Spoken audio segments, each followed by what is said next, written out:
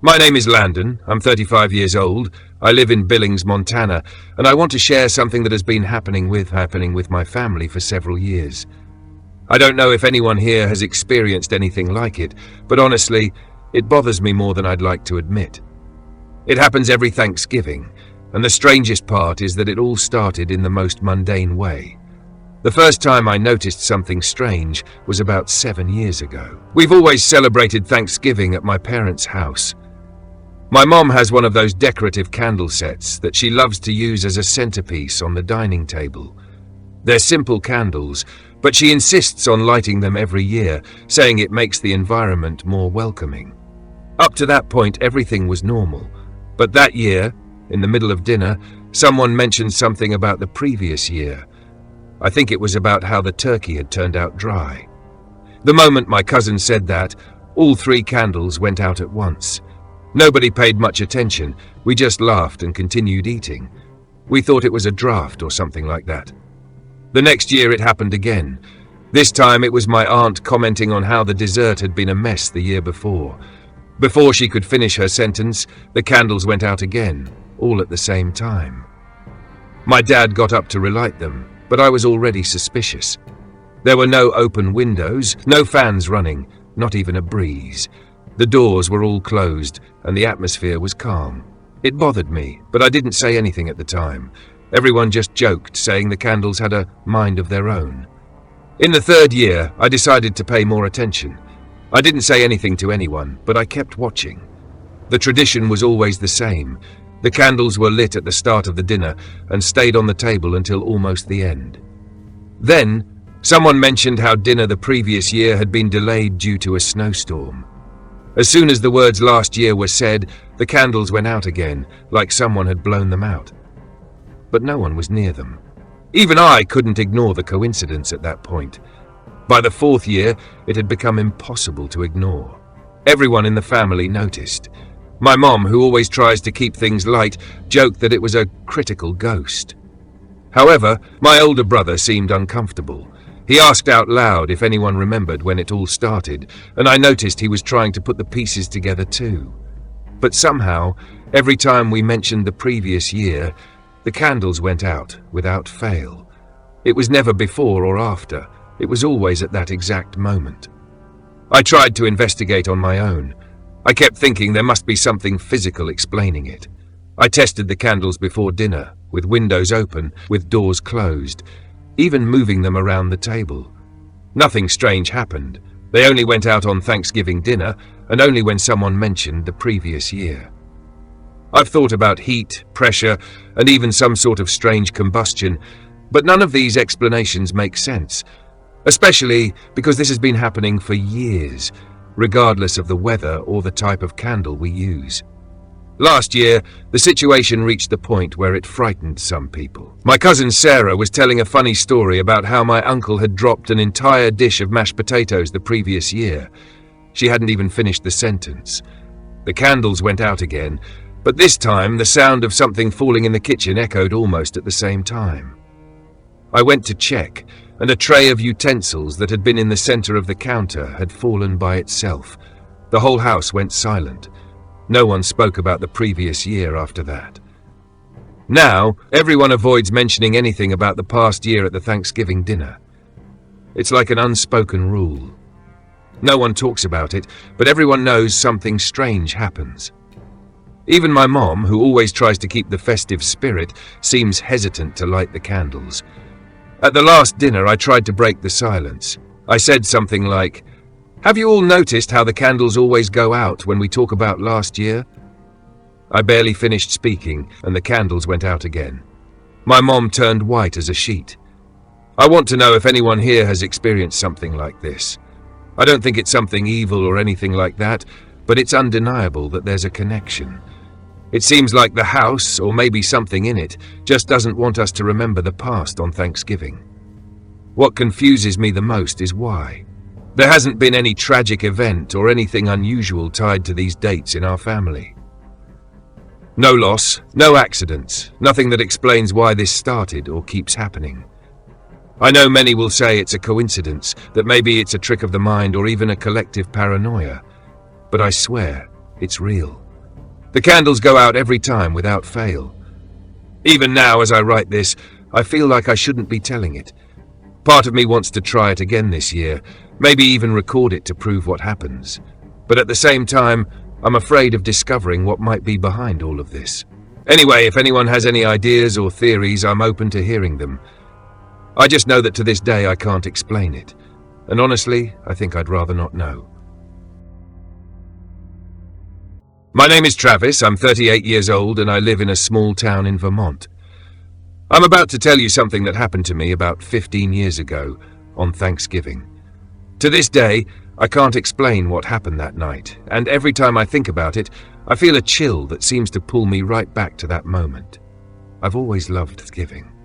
It was a family tradition that never failed. A full house, a large table, and stories that never seemed to end. That year, I decided to host the dinner at my house for the first time. It was an old house I had bought a few months earlier, built in the 1920s. Despite its rustic charm, it had its issues. Creaky wood, noisy pipes, things that come with an old house. But that never bothered me, at least until that night.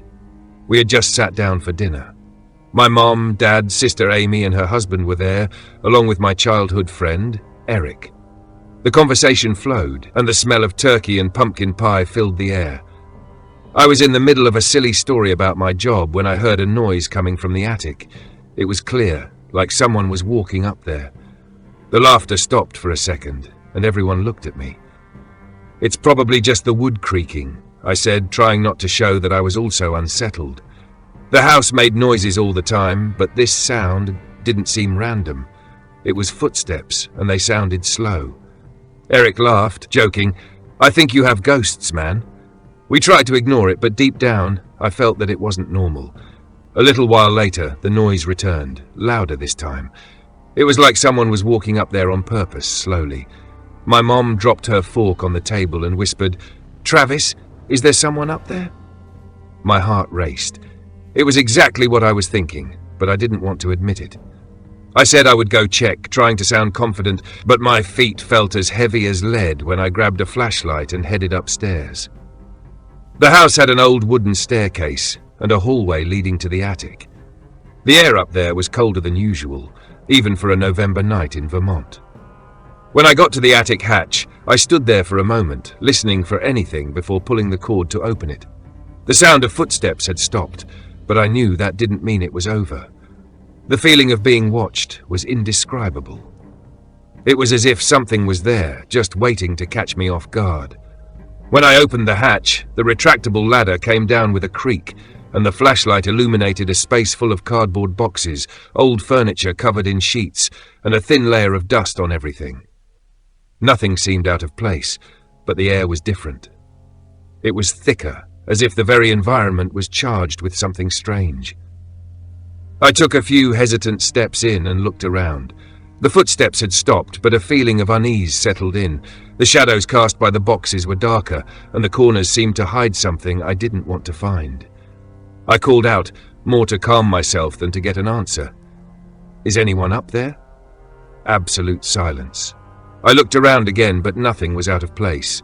I started to head down, feeling relief wash over me, but when I reached the hallway, I heard the footsteps again, now behind me, in the attic. I froze in place. The sound was unmistakable, slow, deliberate steps, exactly where I had just been. My body went cold. I yelled for Eric, and he came running, asking what had happened. I explained what I had heard, but when he went up, he found nothing. He said I must be imagining things, but I could see he was uneasy too. He even tried to laugh it off nervously, but his expression didn't lie. He was as uncomfortable as I was. I went back to the table trying to stay calm, but dinner was never the same. Everyone was visibly uneasy, especially my mom, who insisted that we leave. I laughed, saying it was just an old house, but inside, I wasn't so sure. The feeling that something was up there watching us was making me more and more uneasy. I tried to rationalize it, thinking it was just the natural sounds of an old house, but something inside me knew it wasn't that. After dinner, when everyone was getting ready to leave, the sound came back, louder and faster. It was like someone was running in the attic now. This time, everyone heard it. Amy started crying, and my dad said we should call the police. I grabbed my phone, but before I could dial, the noise stopped. Just like that. It was as if someone turned off a switch. Everyone fell silent, as if the sound had never existed. I went back up again with Eric, now armed with a baseball bat. We were determined to find an explanation. We went up together, checking every corner of the attic, moving boxes, and looking for any entrance or hole where someone might have escaped. There were no signs that anyone had been there. The dust on the floor was undisturbed. There were no footprints, no evidence that anyone had moved through there. It didn't seem possible. But the feeling lingered. I was about to give up when something made me stop in the middle of the room. I didn't know what it was, but I felt a presence, as if someone was watching from a dark corner. A chill ran down my spine and I almost wanted to run away. When we came back down, the mood was strange. No one knew what to say, and everyone left earlier than planned. I spent the entire night awake, listening for any noise that might indicate it was coming back. But nothing else happened. The silence was deep. Not a normal silence, but one that was heavy, as if the very air was trying to hide something. The feeling of fear didn't go away. It wasn't the sound that bothered me, but the feeling that whatever had been up there was still there, just waiting. To this day, I have no explanation for what happened that Thanksgiving. I've thought about rats, the wood of the house, even some kind of prank, but none of those theories make sense. Whatever it was, it stopped as suddenly as it started. Sometimes I wonder if it was something tied to the house, or if it just chose that moment to make itself known. The only thing I'm sure of is that, since that day, the attic has been empty. I don't keep anything up there anymore, and I avoid going up whenever I can. I've tried to convince myself it was just a coincidence, but every time I get near that ladder, the chill returns. I've never had the courage to go up there alone again. Maybe it was just a case of paranoia or a bizarre coincidence, but honestly, I'd rather not find out. The fear of that night stayed with me, and to this day, every time Thanksgiving comes around, I feel a little tension. Not from the food or the family gatherings, but from the memory of that night. And honestly, I don't think I'll ever shake the feeling that there's something in that attic that was never meant to be discovered. Something that's still waiting, quiet in the shadows. My name is Darren. I'm 34 years old, and I live in Roanoke, Virginia. The story I'm about to tell happened about 7 years ago, but it still gives me chills every time I think about it. To this day, I can't explain what I saw or how it was possible. There isn't a Thanksgiving that goes by where I don't remember this and wonder if anyone else has experienced something similar. Maybe you can tell me. It all started when my mom decided to digitize some old family photos. It was a tradition of hers to put together albums with photos from all the important occasions. I think she did it because my grandfather was a photographer and she always valued recorded memories. So that afternoon in November, while we were preparing for the Thanksgiving dinner, she brought a stack of albums to the living room and said she wanted to organize everything. My younger sister Erin and I started helping her. It was fun at first, laughing at the ridiculous clothes from the 90s and reminiscing about moments we didn't even know we had captured. That's when we came to the Thanksgiving album. It was a thick album, full of photos from dinners over the years. My dad had taken many of them, and it was always nice to see how everyone had changed over time. But after a few pages, Erin frowned and asked, "Who is this guy?" I looked at the photo she was holding. It was from the Thanksgiving dinner in 2003, and everything seemed normal, the table full of food, our family smiling. But in the background, near the kitchen door, there was a man standing there. He wasn't looking at the camera, but rather at the table. He seemed a little blurry, as if he was moving when the photo was taken. I thought it was strange, but my mom just shrugged. "Oh, maybe he was a friend of one of your uncles. You know how they always bring someone last minute." That made sense at the time because my uncles were always the type to show up with unexpected guests. But then Erin turned another page and pointed out another photo. There he was again. This time he was closer, still staring at the table. He didn't seem to be interacting with anyone, and no one in the photo seemed to notice his presence. What started as curiosity began to unsettle me. I started flipping through the album faster, and in several photos from different dinners, the same man was there. Always in the background, always near the table, always with that neutral expression. The strangest part was that when you glanced quickly, he almost went unnoticed. It was as if he was part of the environment, like a piece of furniture or something. But when you noticed, it was impossible to ignore. My mom started to get uncomfortable too. "This is impossible," she said, trying to laugh but clearly nervous. "I don't remember anyone like this." Erin suggested it was some sort of mistake with the photo development, like an image overlay, but that didn't explain how he appeared in photos from different years, taken with different cameras.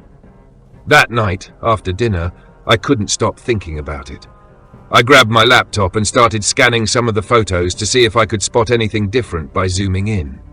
The man's face was always a little hard to focus on. He had brown hair, a dark suit, nothing that stood out too much. But what bothered me was the feeling that he didn't seem to belong in the photos. It was hard to explain. He had a presence, let's say wrong. It wasn't just the fact that he was there, it was the way he was there. It felt like he didn't belong in the moment, as if he was out of place, yet somehow went unnoticed. I decided to look it up on the internet. Photos with mysterious figures in the background. I didn't find much useful, but I did see a few stories of people who had found unknown figures in their family photos. Some theories involved ghosts, others talked about lapses in time. Nothing that really explained what was going on. And then it hit me. What if he was in more photos, in albums we hadn't seen yet? The next morning, before even having breakfast, I went to the basement where my mom kept the older albums. I grabbed a bunch and started flipping through them. At first I didn't see anything. But then in the 1998 album, there he was. It was a dinner at my grandmother's house, and he was standing near the window. Again, no one seemed to notice him. And the more I looked, the more I realized he wasn't just someone who showed up from time to time.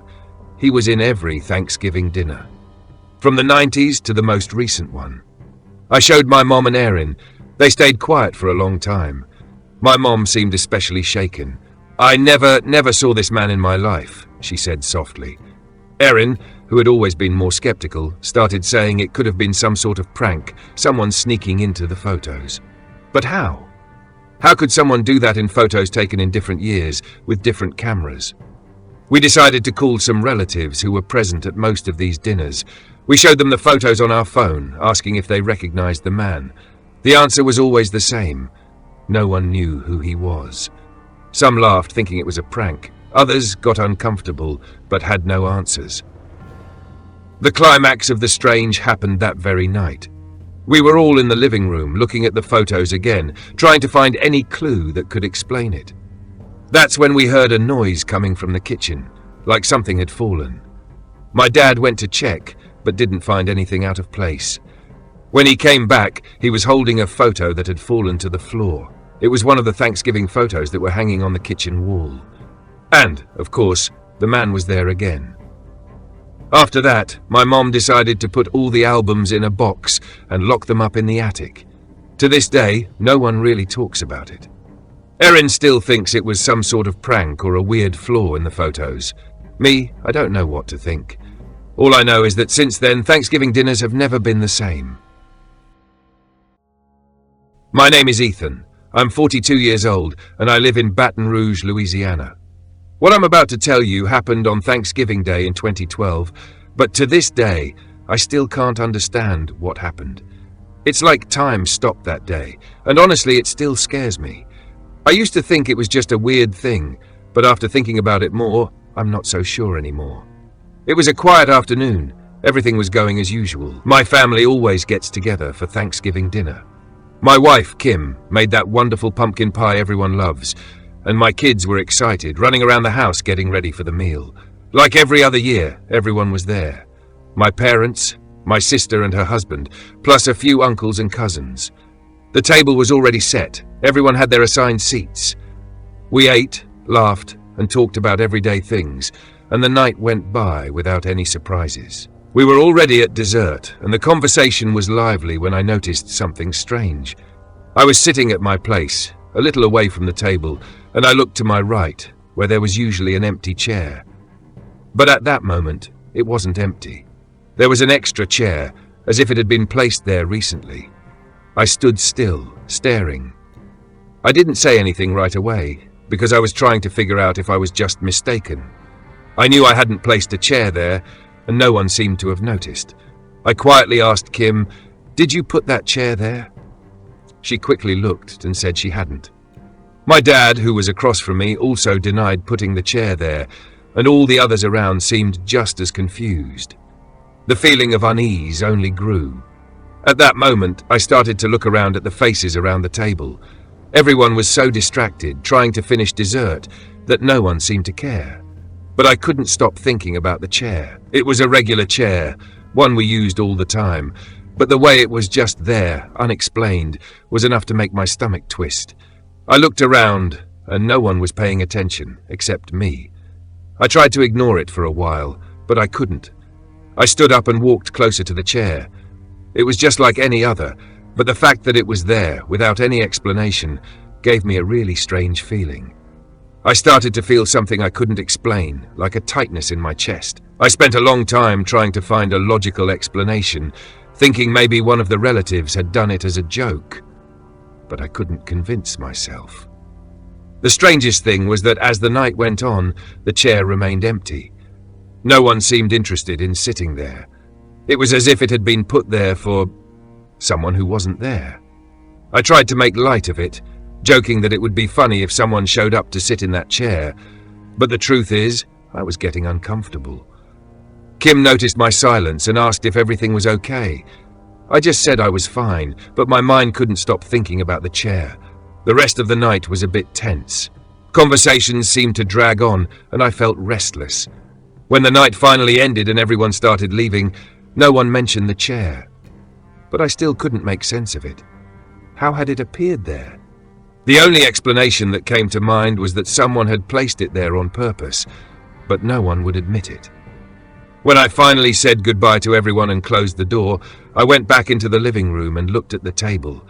I stared at the chair one last time. Something about it still bothered me. The fact that it was there, lonely and purposeless, seemed to carry a tension I couldn't explain. It wasn't a normal thing to see, you know. I've had plenty of Thanksgiving dinners over the years, and there have always been empty chairs here and there, but that time, it felt different. As if that chair had come from somewhere that wasn't of this world. That night, trying to sleep, I couldn't get the image of that chair out of my head. I'd close my eyes, but all I saw was that empty chair, like it was waiting for something that never came.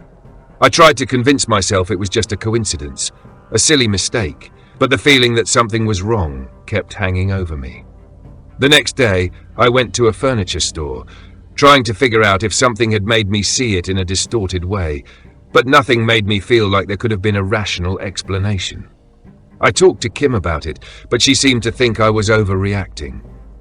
To her, everything had been normal, but to me, it wasn't. I started to wonder if it had something to do with the place, or maybe with some energy that had been left behind after so much time. I spent more time thinking about it than I'd like to admit.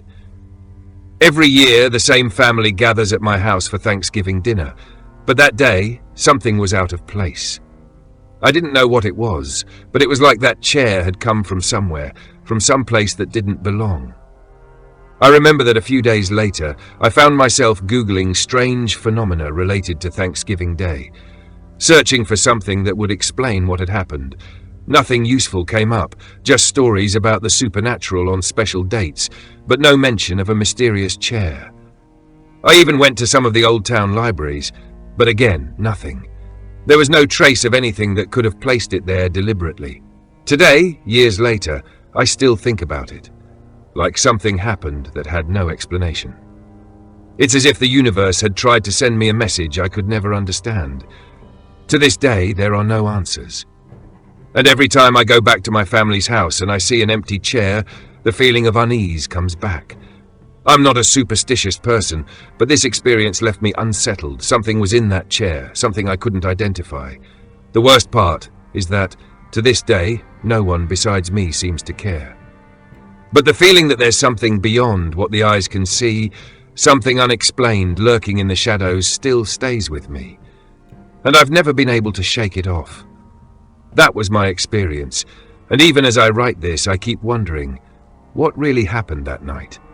Maybe it was a perception error, but the feeling that something was wrong and out of place is something that will never leave me completely.